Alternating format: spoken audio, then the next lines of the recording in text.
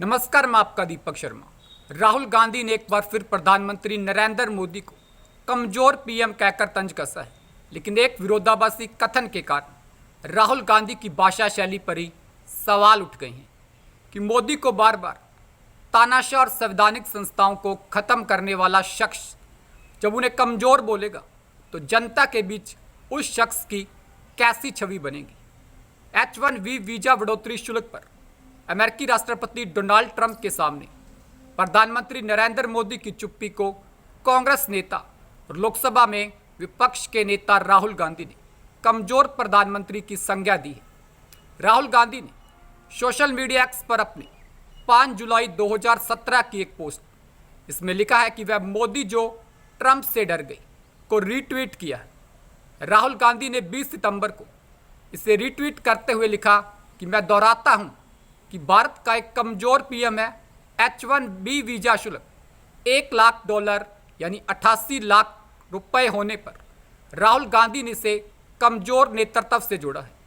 दरअसल राहुल गांधी का तर्क है कि प्रधानमंत्री नरेंद्र मोदी वैश्विक मंचों पर भारत का नेतृत्व नहीं कर पाए।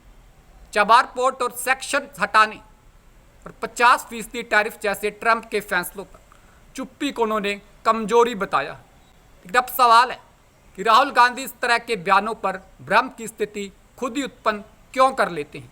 कि राहुल गांधी दावा करते हैं कि नरेंद्र मोदी ने अपने तानाशाही रवैये के चलते संवैधानिक संस्थाओं जैसे CBI, ED, चुनाव आयोग को कमजोर किया है। दूसरी तरफ 2017 और फिर 20 सितंबर 2025 को H1B वीजा शुल्क बढ़ोतरी पर नरेंद्र मोदी को कमजोर पीएम बताया।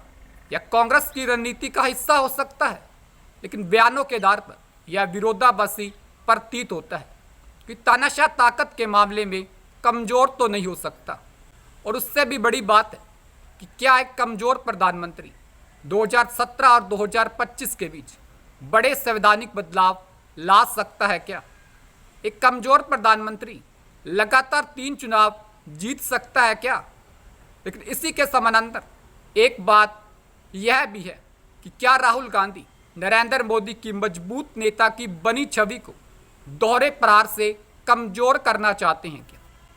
विपक्ष विशेषकर युवा और शहरी वोटरों को यह संदेश देना चाहता है कि मोदी लोकतंत्र को खत्म करना चाहता है।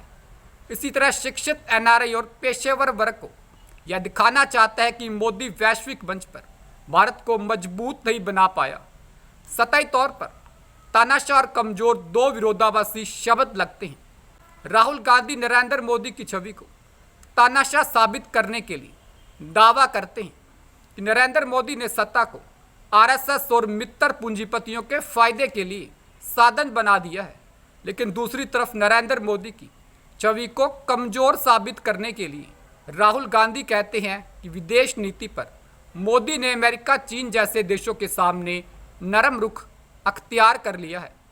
लेकिन जिस नेता को कमजोर कहा जा रहा है उसकी उपलब्धियों की बात करें तो बात चाहे जीत की हो, बड़े कानून की हो, आर्थिक सुधारों की हो या वैश्विक कद की हो, यह सारी बातें राहुल गांधी के तर्क को खारिज करती हैं। 2014, 2019 और 2024 में बीजेपी के चुनाव जीतने के पीछे एक बड़ा चेहरा नरेंद्र मोदी ही था। 2024 के लोकसभा चुनाव में बीजेपी की सीटें चाहे कम हुई, लेकिन महाराष्ट्र और हरियाणा विधानसभा चुनाव तीसरी बार और दिल्ली विधानसभा चुनावों की जीत दर्शाती है कि 2024 में कुछ कमजोर होने के बाद भी नरेंद्र मोदी की छवि बरकरार है। हालांकि राहुल गांधी का यह बयान अल्पकालिक तौर पर फायदेमंद साबित हो सकता है, क्योंकि ऐसी बयानबाजी से राहुल गांधी बीजेपी से नाराज युवकों और विपक्षी समर्थकों को लामबंद कर सकते हैं। लेकिन दीर्घकालिक रूप से तानाशाह और कमजोर का दोहरा नैरेटिव राहुल गांधी के लिए जनता के बीच एक भ्रम पैदा करेगा। 1 साल पहले द हिंदू ने लिखा था कि राहुल गांधी का इसी तरह का नैरेटिव विश्वसनीयता खो सकता है।